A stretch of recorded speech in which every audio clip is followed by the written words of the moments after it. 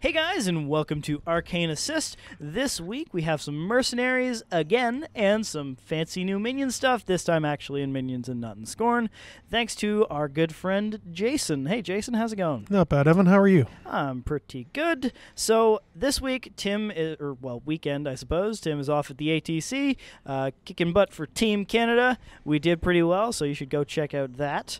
And I'm playing a game with Jason then. Yes, we are. Yeah. So, Jason, why don't you start out and tell us a little bit about what you brought, your shiny new post-CID minion stuff. Well, in Mark II, I always loved Jaga Jaga. She was actually probably my favorite minion caster, which was definitely made me a snowflake.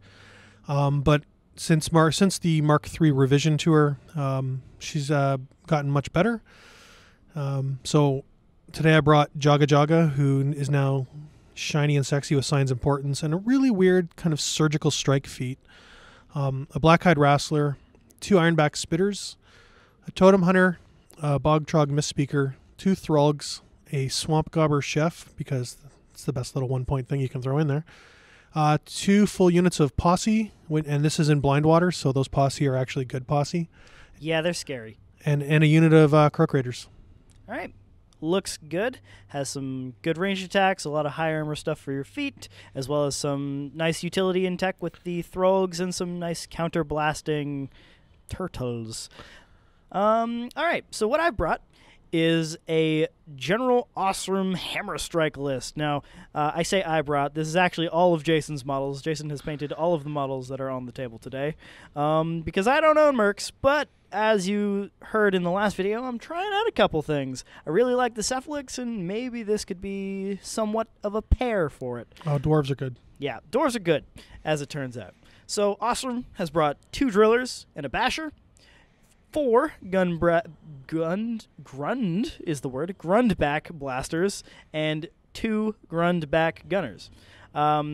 Basher's actually really great secret tech in this list. You can get slam angles from basically anywhere. Kind of a similar tech to what Tim was talking about in the last video with Tuffalo and Madrak, and being able to get those angles only because he can go through stuff. Well, the Basher gets the same tech because of Tactician Rulik. And sorry to interrupt, but I think it's only a 9-point jack too for its speed and durability. And the fact that it can slam for free, it's a little ridiculous. Yeah, it's really good. And having Flakfield is a wonderful tool. And follow up. Yeah, got a lot of tools. Got the Battle Engine, Hammerfall Siege Crawler, really good, 40 boxes, has a lot of firepower, especially with either snipe or fire for effect. Can bring some guns that really kill stuff good all over the place. And surprisingly fast in this list. Surprisingly fast because of the feat, speed 5 base, has Bulldoze, which is real nice, and some tech in both stealth removal and some recursion with the Horgenhold Forge Guard, or the Artillery Core. Pretty good with take-up, actually, for keeping that cannon alive forever. And Thor, for good old tune-up. He's not jack-marshalling anything, but fully boosted stuff on Drillers is really good. So that is just about us for the lists. I think we're good to get into deployment. All right, so here is the table. We have a forest in the middle of the table as our line of sight blocking piece of terrain, a forest in the bottom zone, across from some water. The train tracks we count as a trench, and 2 hills, both on either side of the forest. One's a little small hill, one's a pretty big one. And in the top, we're counting the pile of trash as an obstruction. So yeah, that's about it, and I'm on to my deployment. I'm planning on putting a unit on either side of the table, one for scoring each zone, crawler in the middle, able to reinforce both with its pretty big command range of 10 inches, and line of gun bunnies across the front, and then tucking each driller in. One is going to be on the farther side, on the top side of the crawler. The other gunners are going to be between the driller and that other one, so tucking in right there. Just making sure everything's starting in my control range. Don't want to make any mistakes with that. And I'm able to tuck in another gun buddy in the back here. And the Basher is going to be my second line. He's going to be in the back because he doesn't need to be anywhere quick. And that's my deployment. And you have the +2 inches of deployment from the theme. I do. And I have +2 inches of deployment from my theme, so we're starting pretty close. Yeah, we're getting engaged really fast here. So I had some similar thoughts to you. I'm like, okay, I need to have a unit on each side of the board. So and I'll be honest, I won the die roll, and I chose to go second because which isn't not as common of a decision anymore as it used to be. I think for a while there at the start of 2017, everyone wanted to go second to be the first to score, and then it became you want to go first to be the first one to jam. But knowing you had the siege crawler on your list, and I got squishy little croak hunters, I chose to go second defensively, and I took the side with the water and the trench to try and protect my models. That's fair, because if you go first here, I definitely get shots off with the siege crawler. I might even get something with the artillery core. I have a lot of long-ranged guns in this list that stand to benefit from you going first. Yeah, so I basically deploy one spitter across from your hammer dwarves, and then I put the croak hunters, the croak raiders there as well. I have a unit of posse going into each zone, and I have a central spitter and the Wrastler, who I'm saving for rage and for late game. It kind of even starts off behind Jaga Jaga. He's just because the spitters are going to be playing a little deeper. He's there with Battle Host to give me that +2 armor all the time.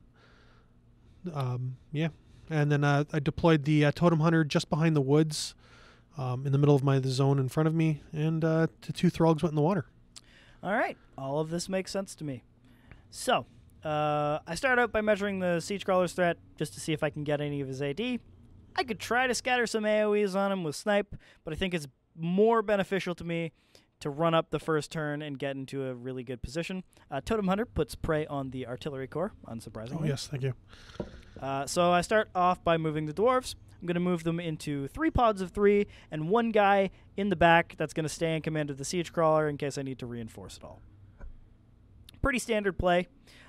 He's going to be completely fine. He can run through this jack because of Tactician. I think it's at this point you remembered, oh yes, I have Tactician for everything. Yeah.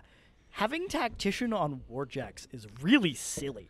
I did not realize just how often I could take advantage of being able to run through my own models. Like right here. Jack just don't care. Jack runs through dwarves. This Jack clips another thing. I actually forgot on the first turn that it would have been better to trample my heavies on the first turn because they have Repo 3, so I would have gotten 2 extra inches, so they would have been up alongside these gun bunnies. Although, not a huge deal. I'm getting pretty engaged pretty fast because of this extra 2 inches of deployment.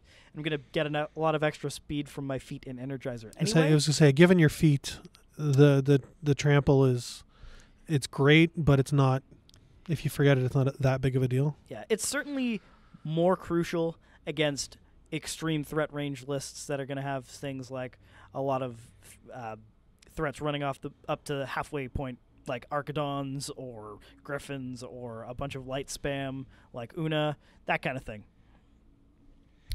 Siege Crawler, crawling up the board. That's not crawling, that's sprinting. Crawling really fast up the board. I decide that, I remembered that I've deployed the artillery crew in such a way that they're not really going to be able to get fire for effect on them this turn, so I decide to run them a little closer to Ossrum so he can throw that up on them, and then the next turn they'll be able to walk 7 inches and shoot anyway because of the feet. The feet on them is just ridiculous. Walking 7 inches, fully boosted POW 16 gun with brutal damage, and then Repo 3ing after. They threat 23 inches on that gun. It's really good. It's sexy. It has its thing, especially for free. Yeah. So fire for effect on the cannon, snipe on the battle engine, and more of my jacks run up. Thor's just going to get into position to tune something up the next turn. And that's my first turn. I'm just for the record, they're free. Yeah, They're free in the theme. cannon. 6 points, not bad. No, that's actually quite deadly. So what's the plan for the first turn? Well, I'm looking at where you are, and I have some croaks, some little fireball croaks that can get up in there and light some of you up. But I'm thinking to myself, I'm like, thinking about your feet. I was willing to sacrifice a few to save the rest and throw some models up to jam. So the first thing I do, though, is activate Jaga. I cast Battle Host, and I walk up into the trench and I cast Gravewind on the Totem Hunter, so he becomes a Def 16 model with Poltergeist. I dirge a unit of Posse and run towards the top zones, leaving some on the hill to make them a little bit harder with Dirge, but Dirge and hill elevation for defensive differences. And then I run my Croaks to jam a little bit to protect some and to prevent that feat of yours from taking you 95 miles into my end zone. Yeah, I see how that could be a problem, especially with the Hammer Dwarves getting Pathfinder. They could even just do a run/charge. The ones that can on the side would be able to go around, and then I could just run deep 14 inches across the zone and engage whatever I wanted. But you're preventing that all from happening by just running a couple Croaks in the way. Yeah, so now it's a matter of I'm like, okay, I'm going to, let's see what I can get. Counterblast only costs 1 now, so I counterblast the troll. I counterblast the turtle and I trample him forward so he lands right behind the Croak. This one is within range of Battle Host, so he gets +2 inches on his trample, and I decide to take full advantage of it and press just a little far, and I go up there again, counterblast, trample, and then I move into the Wrastler into the trench behind me, and just put some of the other supporting pieces, like the other posse, kind of somewhat go into the water. I move the Thralgs not very far. I move them into the water, just a little further up, and I put a cloud over my little mist speaker. He doesn't really have a lot to do. And I forget to activate the Totem Hunter. I just leave him sitting there. Yeah, he's there. He has Gravewind, so he's pretty hard to kill. Yeah, but it would have been nice to throw him into that woods to deny you the space. For sure. Force you to shoot him or deal with him or waste some activations trying to kill him.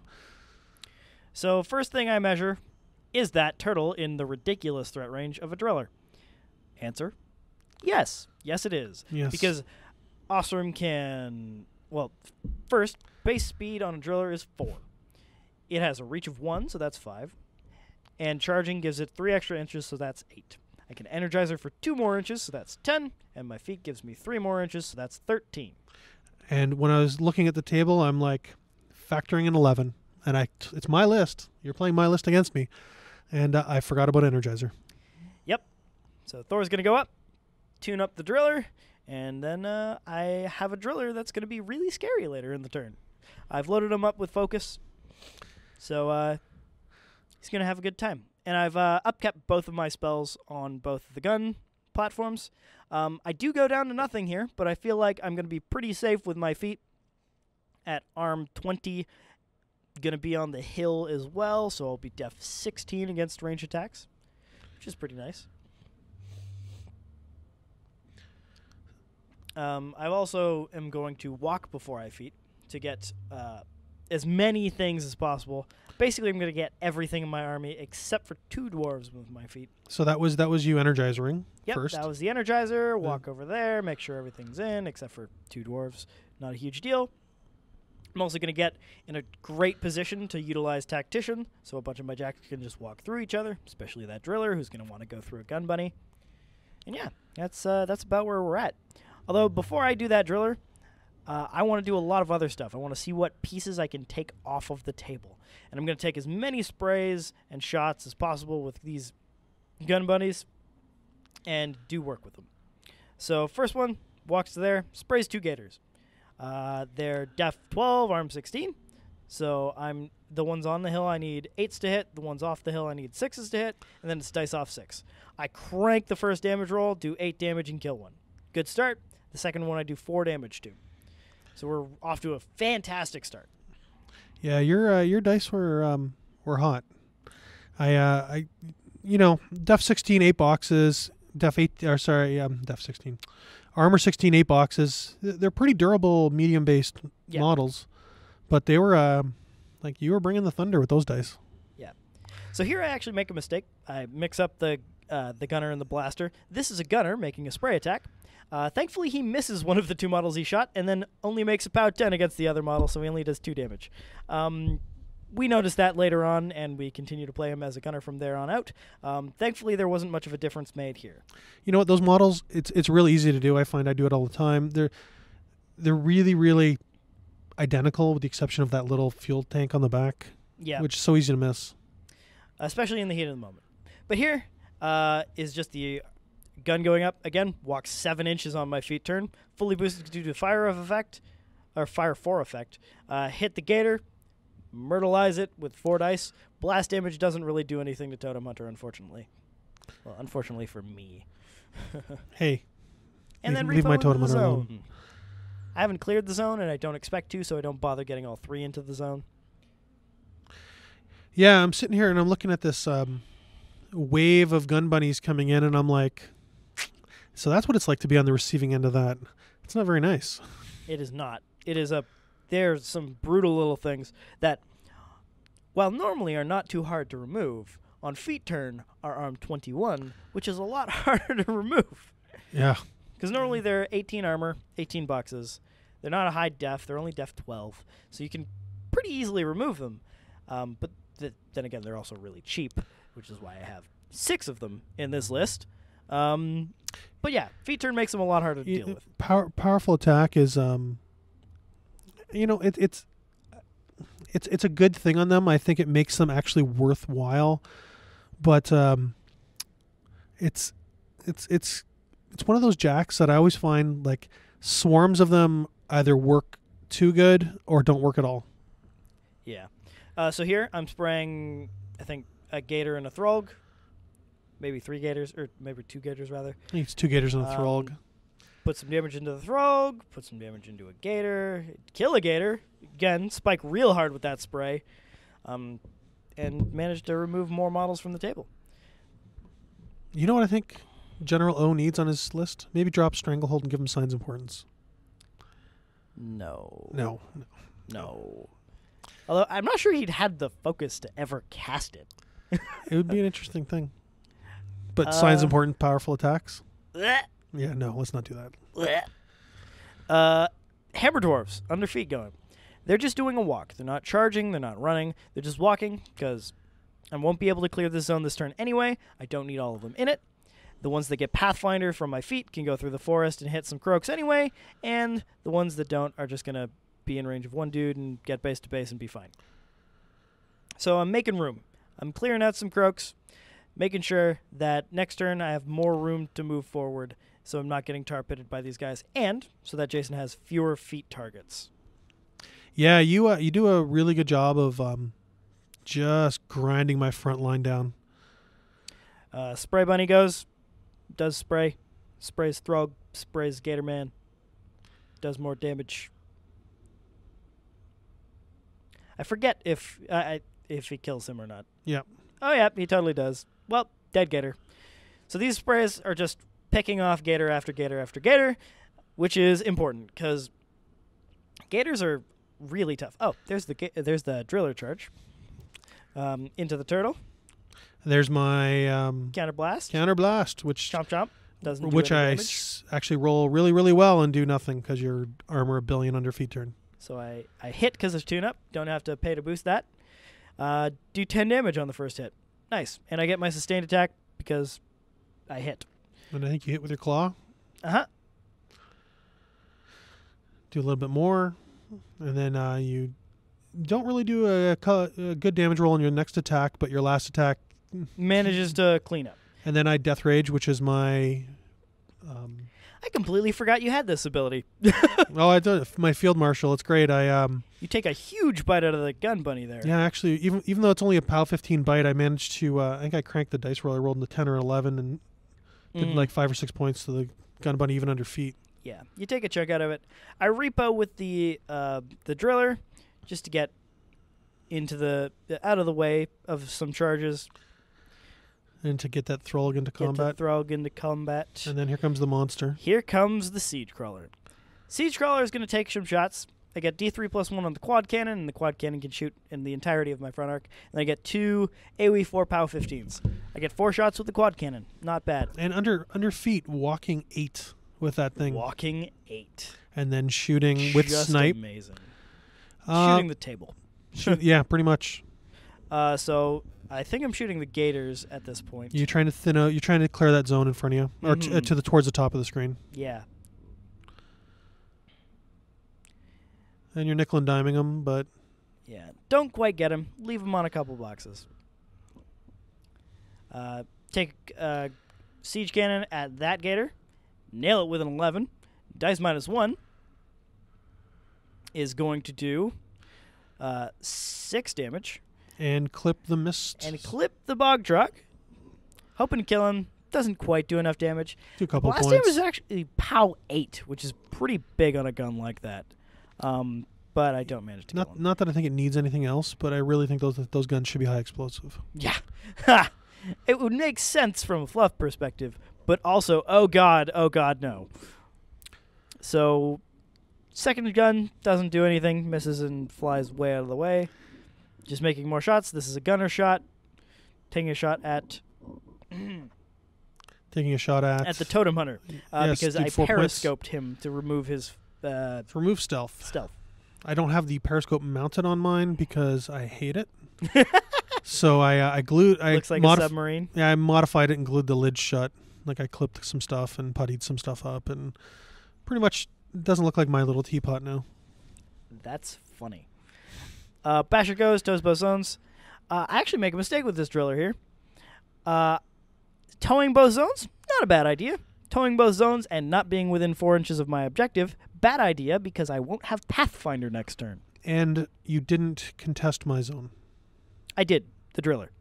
Yes, the driller is contested. The driller is absolutely, contested. yes. I did that very intentionally. So now I'm sitting here and I'm looking at the table in front of me, and I have to admit, when you have that, when you look at a table and you have that defeated feeling because you just lost half your army. Yeah, this is something that a lot of players have a really tough time overcoming. They've lost half of their army. They feel like they couldn't do really anything about it because they were just trying to jam really hard and they thought they could take the hits better than they could. And then suddenly a lot of their heavy infantry gets just ripped off the board by guns that you didn't expect to do as much damage as they did. But I think you pull out pretty well from this. Well, I play with some really good and some really classy guys and some really tough opponents, so I'm kind of used to being in position. I think we're all really kind of used to being in positions where unexpected things happen. So I had to take a moment. You can see the clock kind of grinding, and I'm just sitting here looking and thinking. I had to try and compose myself and say, okay, what am I going to do? So the first thing I thought is, you know what? I have a spitter that can probably walk. I have a Throg, which is armor 16. You're camping nothing on the hill. Let's see. I wonder if I could get you. I'm like, all right. If I can't get you, how much damage can I actually put into you to force you to change the style in which you're playing? So we start doing some measurement here to see if I can dance the Throg into feet range of Ossrum. Yep. So the proxy base is the end goal. That's within 5 inches of Ossrum. You try to measure out to see if you can charge the gun bunny, but you can't quite do it without taking a couple of free strikes, and those definitely kill you. Oh, absolutely. So, but you can just do like a little bit of a chicken run and weave in and out through those jacks and be fine. So we're just checking, checking melee range and where you can go to not get free struck, and we try to be. It looks like, as Evan called, a little bit of a chicken run there, but we measured all the potential free strikes, and with a movement of 12, I had more than enough room to dance in there. Oh, yeah. Plenty of room. And then I activate the other Throg, walk up, disrupt the driller, and disrupt the... Don't break armor. Or I do, and I disrupt the little guy. Chicken Jack. Little chicken Jack. Jesus, you just ruined them for me. Sorry, Gun Bunny? Gun Bunny? Gun Bunny. I used to call them Gun Buddies. Why? I don't know, because I actually thought, the first time I heard it, I thought that's what someone said. Oh. So Gun Buddy stuck with me for a long time until I realized it just kind of sounds childish. But part of me kind of likes it. It's kind of like your Robocarn. RoboGuard? Yeah, so a gun buddy kind of, I don't know. I almost want to like paint little teddy bears on them and call them gun buddies. Anyways, so I move Jog up. I cast Signs of Importance. I keep my 2 upkeeps, and I have one focus left. So I feat with Jaga, and I spend that last focus to boost the damage roll. So I thought this was incredibly ballsy, because now Jaga is pretty far up the table, considering how I'm positioned, and empty. Sitting in water, which doesn't matter. Doesn't matter for the flames, but matters for the rest of it. She has Battle Host, which gives her the +2 armor, so she's +2 def, +2 armor against most things. I definitely do not crank the roll. I do 5 or 6 points of damage to you. You did 6 points. Take me down to 12 boxes. Which, it makes you think. It does. It's definitely part of this now. This concept that's been a big part of the game for a while now, and that's that casters are a lot more durable, and you definitely have to soften them up before you go into the kill. For a lot of casters have to do that. So Ossrum's no exception. No, even under feet. Yeah. So here I was doing a little bit of. We talked it out, did a little pre-measuring, used the laser, and was like, okay, with, because I'm close enough to Jaga, I'm in her command range or control range. Sorry, I can, with Battle Host up, I can walk +2 inches. So if I walk the 6, it puts me within 12 inches of shooting the caster on the hill with the angle, because we checked it with the laser. So the first things though, I move the croak raiders up, and I lob some oil under Signs of Importance, hit one. And then I think I kill 4 more. You do pretty well. So you oil 4 of them because of the way I'd positioned, and you kill a ton of them. You actually need, what is it? I'm armor 21 under the feet. Your POW 11. So you need 11s on Signs of Importance, but they're boosted because of the oil. So you kill a good chunks of them. I can kill 4 to 5, and then light one on fire. Yeah, which is funny because the last one's not in defensive line, or Wall of Steel rather, and he's the one you fail to break armor on. So you know what? That's yeah, fun. the last one that doesn't get the +2. Yeah, whatever. It's just how dice roll. So yeah, crank the roll. You hit with the turtle. And I have to admit, at this particular moment, I did space on the fact that guys can come back. And I'm looking at it, and I'm like, okay, I feel, I felt a little good inside. Soon to be deflated, but I felt good at the moment. Yep, and you leave Ossrum on 8 boxes. After, the spitter comes up, I boost the hit, under Signs of Importance, I boost the damage, and I roll the opposite of Evan. I rolled poorly. Yeah, so you've done 10 damage to Ossrum, which is, again, he's scared now. He can't be as far up as he wants to. He can't give as much of a benefit with that Tactician. This is important. You do a slam attack with the Blackhide Wrastler. Yes, because I'm thinking I got to get that thing. It's disrupted, but I want to get it out of Jaga's face, basically, and I want to try and protect her flank. And I need to move the beast up anyways to get my +2 armor. And also, super importantly, this clears the zone for you. Yes. So you're actually going to score on a turn where I thought my arm 22 heavy would be able to stay in the zone. And important to note, while Relic Jacks can't be pushed, they can still be slammed. So this works. So now you're disrupted, knocked down, and I actually did a couple of points of damage to you because I put Rage up on myself for the extra damage. I think I think I managed to do like 6 points of damage or so. Yeah, Signs of Importance certainly helped. So you managed to push me out, and I'm knocked down, disrupted, and not happy because you're now scoring. And now I make a charge of the posse. I pray for rerolls because there's really, Dirge is useless with all the flamers. So I figured I'm just going to go in, def 12, just in case I happen to miss, even under Signs of Importance. We check the command of that guy who's kind of going a little wide. He's still good. And I'm attacking armor 1 billion or 21 chicken jacks. He's ruined them for me to know, chicken jacks.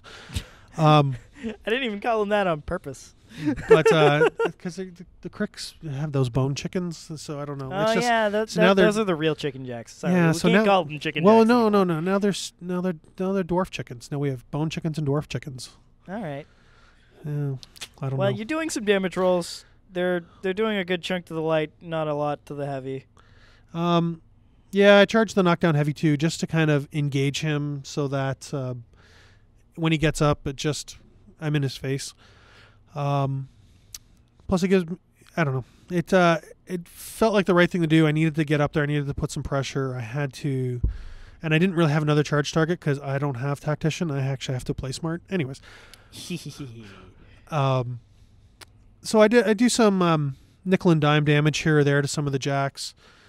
The posse in the front charge to engage because the gun bunnies don't have gunfighter, so they either have to take the free strike. POW 6 headbutt. Yeah, they either have to take the free strike on not feet turn, which is the same as me charging, or they just have to hit me with a POW 6, which would, again, against armor 18, I'm not really worried about. Which is fair. So I do my best to kind of jam that top zone, engage those gun bunnies, and I believe I used the totem hunter to charge the back of the disrupted gun bunny in the middle of the table. And he ends up the first attack leaves him on 1 box. The charge with the spear does a huge amount of damage. Plus the death rage attack earlier mattered. Yep. Also, that bite took a massive chunk out. I think it did something like 5 or 6 damage. Yeah, and then the totem hunter kills, and then sprints around to engage that last gun bunny, thankfully staying in the melee range of the siege crawler. Siege crawler after a hint, nudge, nudge. But yeah, so that worked out surprisingly well. Oh no, the charge attack left you on 1 box. Yeah, the buckler. And then I had to hit him with the buckler and roll an 11 or a 12, and I rolled the box cars, and got the double 6s there, and managed to kill that gun bunny and then sprint. One of the few times I was impressed with my dice today. Yeah, few it times. happens. Yeah. It happens sometimes. They thought they were yours. Yeah, no, I roll a ridiculous amount of 11s on 2 dice in this game. It's unbelievable. It's bonkers. So, first things first, Siege Crawler brings back 3 dudes. Gonna add 3 to the Forge Guard unit. 4, wasn't it? You rolled a 5. Isn't it D3 plus 1? If it's D3 plus 1, I put... actually, or is it just D3? I only had 3 models to place back. That said, I don't know if it's D3 plus 1 or not. I'm going to check now. I can't recall. I thought maybe it is just D3. It's just D3. Just D3. And then a guy dies to fire. Yes.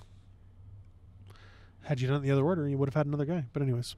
It's true. And the corrosion that was on Ossrum, camping 0, went out. So I was hoping to get that extra point in there, but...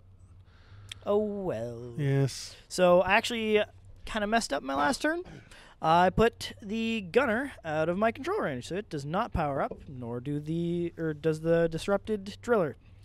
However, I have a plan for him. I don't really. He just has to stand up and get out of the way. So the first thing I see, Jaga's pretty far forward. Basher can just go and slam her. Naked Jaga Can just go and slam her. So the thing about that is, if I follow up, I bump the Wrastler, so I can't get into melee with her again. So I have to flak field first, maybe do some damage. It's dice off 6, so it's not great. And then once I slam her away, the plan is that the Siege Crawler just lights her up, does as much damage as possible. That's a really good plan. To a knockdown Jaga, I'm pretty confident in its ability to kill with 2. Now, you did drop Snipe this turn. I did. Because I feel like it's got a long enough range that it can get there. Yeah, if you hypothetically slam me 6 inches, I could potentially go out of... Well, even through the water, though, you have to go half distance. Yeah, because my amphibious doesn't count on your turn. Correct. So you're not actually going all that far because of the rough terrain. But I have to do some work to make this happen. So the first plan is just do as much damage to the Gator unit in the bottom as possible, and maybe try to clear up a gun bunny or 2 in the top zone. So Driller stands up, makes his attacks, misses the first one, hits the second one, does 1 damage with the claw. I was happy with that. Yep. because the other gator is on 2 boxes, not the one I hit. The gator that the driller hit is full, if I recall. Yes, it's the one that's way over in the middle of the tables on 2 boxes. Yeah. So these guys are going to do a charge. 2 of them charge a gator. The one that didn't have to forfeit action because he didn't come back this turn charges the totem hunter. Even though he had 3 guys behind him. Yep. In front of him, sorry. Tactician. Tactician. He just hops on through. Charge on the turtle, charge on a croak, charge on a croak. And then these guys just trundle into the zone. So, first I start with a totem hunter. Roll that 11. Hit. Hit that def 16. POW 11 Weapon Master manages to finish off the totem hunter after the softened up 4 from before from a gun bunny. And I was actually really kind of disheartened by that. Not disheartened, that's a little strong. I had to immediately rethink what I was going to do because he was there to put the pressure on your caster. Yeah. And he certainly was. He caused some issues. Actually, my plan was if that didn't work to charge with Ossrum and just crit decap him. There's another 11 to hit. Stop it. Against the Croak Raider. Another 11 to hit against the Croak Raider. Both of those guys died. You think? POW 11 Weapon Masters? Yeah. Hit the turtle. Do some damage to his 5. Wasn't a huge amount. And that's the dwarf unit. They got some work done for me. And they started to clear up that zone. Like one more turn, and that zone is basically yours. Mm-hmm.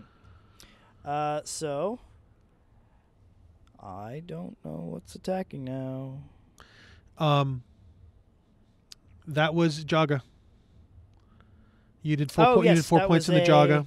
A gun bunny just aiming. The gun bunny that the totem hunter was engaging stood and aimed and shot Jaga. Yes, you went to move him, and then I reminded you that Rulik's a thing. Or sorry, Tactician's a thing. Yes. Yes, you forfeited your movement to aim, and then this was the one that I was gonna move. Then we realize he's engaged with a gator, and he has to just deal with it. So he just walks up and headbutts him. Yeah, that was rude. I was like, well, we already moved this model, so no going back now. Headbutt. Roll pretty good for the damage. I think I do another 2 points to him. It's a POW 6, so it's dice off 12. Yep.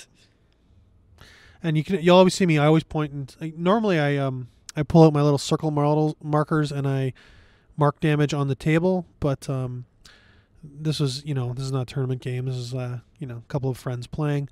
But I'm always very careful to say this model has this boxes left. This model has that boxes left, so you can plan the rest of your turn accordingly. Mm-hmm. So here, Ossrum activates. He casts Energizer. And I was planning to cast Fire for Effect on the Siege Crawler for that boost when I go and knock down Jaga. And then I realized Fire for Effect is cost 3, and I only camp 2. So instead, I go and boost a hand cannon shot at Jaga and miss. So I'm camping 1 now. Yeah, this is a little bit risky. I probably should have just put Bullet Dodger on myself instead of shooting, but I want to kill her, so I boosted to hit and tried to put some extra damage in. And didn't. When I saw you boost that shot, I actually thought, ooh, this is going to take a huge chunk out of me. A boosted hand cannon shot. I mean, it's only 10s to hit, which is pretty common. It's one of the few moments. One of the few moments today your dice let you down. Yeah, God, dice, what's up? This driller goes in, boost to hit a gator. Gator only has 2 boxes left. He crushes him. It toughs, and then the cargo claw automatically hits and automatically kills. And then here come the wave of this gunner bunny flyboys here. Cannot quite make it to Jaga because he was in the forest. He's just barely out, so I decide instead of shooting Jaga and just shooting the Blackhide, really, I'm going to shoot the gator and the Throg. So, Gator and Throg. Fully boosted. Jason is mad. No, I don't think I was mad. I was just more of a... That's rude. Yeah, I was exactly getting, what you said. Yeah, because I think you were getting 3 things on that spray instead of... I actually don't hit the gobber with this one. The second gun buddy hits the gobber. Yes. Oh, no. No, you eventually kick him. Do I? I think you kick him. Oh, right. Right. Yeah. So that gator makes a tough check. And I do some damage to the Throg, the undamaged Throg. And then the second spray comes in, sprays the gobber, Misses the Gobber. Misses the Gobber. Hits the knockdown Gator Man.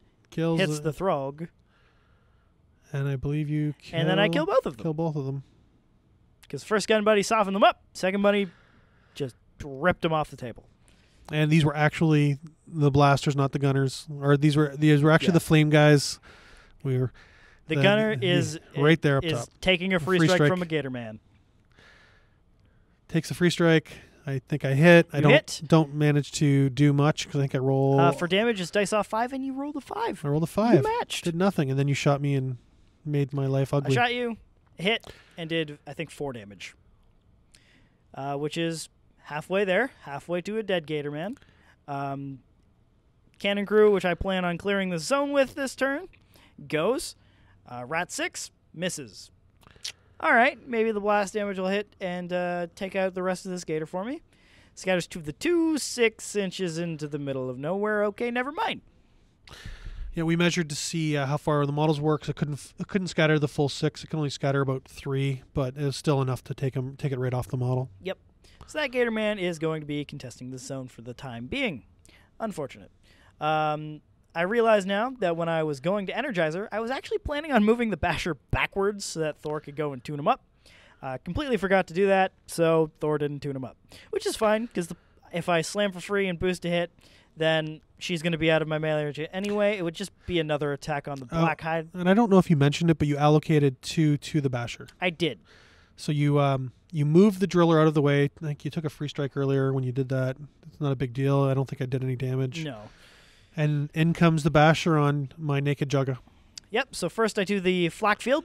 Roll a 6. It's dice minus 6, so it doesn't do any damage, thanks to Battle Host. The plan with the slam is to also maybe slam her out of Battle Host, which would be nice. I missed the slam. The second time today your dice lets you down. Yep. But I was okay with that. Yeah. Because that slam would have just hurt. So, no slam today. You buy an attack, and I think you miss. I think I missed. Yeah. I think we've been rocking the table a bit, and the camera got nudged, but... There's a lot of me on the camera and very little of you, so... Yeah. So the crawler goes, I'm like, okay, now I'm just going to plan on clearing the zone. Yeah, 3 of the 4 shots miss, and then the last one hits the Gator and kills. I do not tough. My tough rolls were way off today. Yeah. Yeah. Like I made 1 out of all of them. Here was the hard question I had, and that was, where do I shoot the big cannons? I could shoot the Gator with Jaga Jaga and the Basher.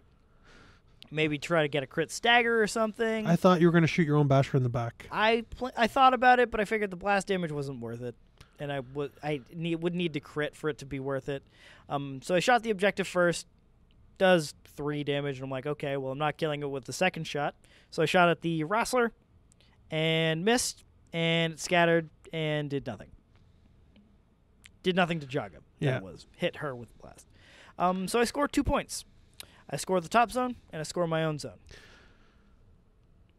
So now I'm sitting here looking, and again, my forces have been exceptionally depleted, but that Wrastler has with Battle Host and plus 2 inches, there's me measuring a straight line to Ossrum. I'm like, okay, so there's the 11-inch threat because he's 5, charges to 8. Battle Host makes it 10. 1-inch reach is 11. He's definitely within 11 inches of Ossrum. Took a laser, measured the angle. So now it's just a matter of trying to get away from the 2 free strikes he would take. And Jaga, luckily on her card, has Ghost Walk, which is very cricks of her. So my plan is, okay, so I activate Jaga. I upkeep Battle Host because I need the plus 2 inches of movement. I cast Signs Importance for 4, and I cast Ghost Walk on the Blackhide, leaving me naked yet again, so it's all or nothing here.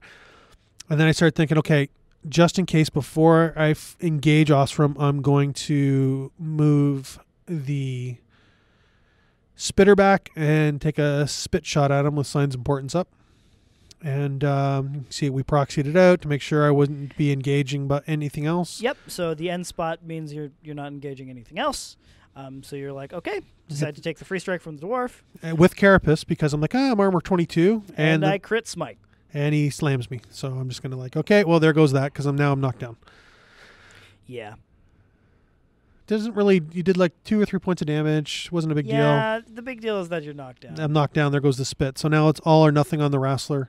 Which is not bad. Oh, but wait. Important. The important thing is the Bog Trog that did nothing all game. The Misspeaker went up and gave the Wrastler guidance, eyeless sight, and magic weapons. And Evan's like, okay, what tech are you doing here? I'm like, nah, nothing. The freaking model hasn't done anything all game. I wanted him to do something, so I made sure I just did something with him. Quest completed. Yeah, exactly. Mission Moral victory. So the Wrastler goes in. I boost my charge attack, hit, roll damage. You reduce take it by to 5 and or living on 1 box. Living on 1 box. And Second attack hits. Does enough damage to kill me. Tough check fails, and Ossrum is dead. And it just it was a great game, but it also goes to show you sometimes those turns happen where you where the world turns against you, and you just have to do your best to try and suck it up and move on, because this is War Machine. It's not over till it's over. Exactly. And here's a great example of me having a strong showing in the early and mid game, just trouncing over as many models as I possibly could, and then I left myself open for a charge. And I could have moved Ossrum. Ossrum didn't have to be there at the end of my turn because, well, at the end of his activation, because he energized to there. He could have moved before he shot his hand cannon, and I just left him there because I was like, Jaga's gonna die. Gotta kill Jaga. Got tunnel vision, didn't get to a safe position, and that left an opening for you. But it was a great game. Thank you, Evan. Yeah, it was a very good game. Thank you for coming and playing in place of Tim this week. Anytime. Looking forward to having you on the channel again in the future. You'll probably see a lot more of Jason this week as we show off more minions, because he's the guy that has all the minions and mercs. And I'm painting up my Dracodile. Dracodile. All right. Thank you very much for watching, guys. We will see you next time.